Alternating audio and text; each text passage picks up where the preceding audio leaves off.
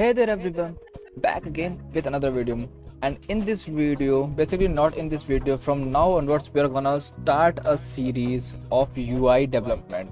Okay, so for this UI development we will be using NuxtJs as our tech stack, and this is a framework that is built upon the Vue.js, which is used to create UI SPAs. Okay, so what is SPA? SPA is basically a single page application.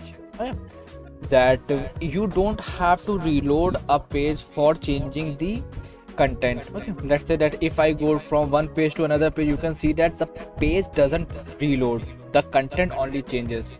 Okay, so we will be using this Nuxt.js just for creating our application. So from this series I'm gonna create Amaozon Clone. Okay, so after end of this series or this playlist, you will be developing something like this. Okay, this is in a dark theme. Okay, I'm gonna show you this only. You will be creating something like this, and you have to add elements. Okay, for that you have to sign in test.com. I think it was the password. No, it was not.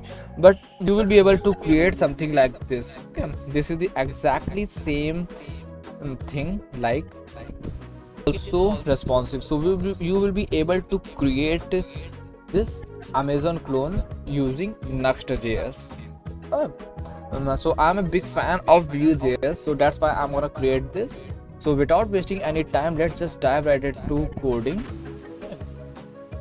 So let me open a directory, Amaozon Clone, and for creating, if you go to the Nuxt.js documentation, if you type get started, you will see how we can create Nuxt.js app. So for creating Nuxt.js app, you can use npx create Nuxt app, and after that you can give a name. I'm gonna say dot because I just want to create the Amaozon Clone in that file.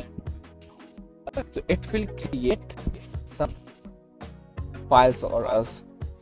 Let us wait and see. So we will use JavaScript or TypeScript. So JavaScript, I'm gonna use the package manager as npm. We are not gonna use any of the UI frameworks. We will use just the simple CSS. So none. I'm gonna give this thing as the actual progressive web app and the content also. So I'm gonna select everything also, and no linting tools. Okay, no test framework and universal application. It will be hosted on a server and JSON. Okay, username, yes, it will be my name. It will initiate a Git project for us. Okay, and now it will install the packages. One eternity later. So now we can see that our package has been installed. Okay, so what we can do, firstly let us open the code editor.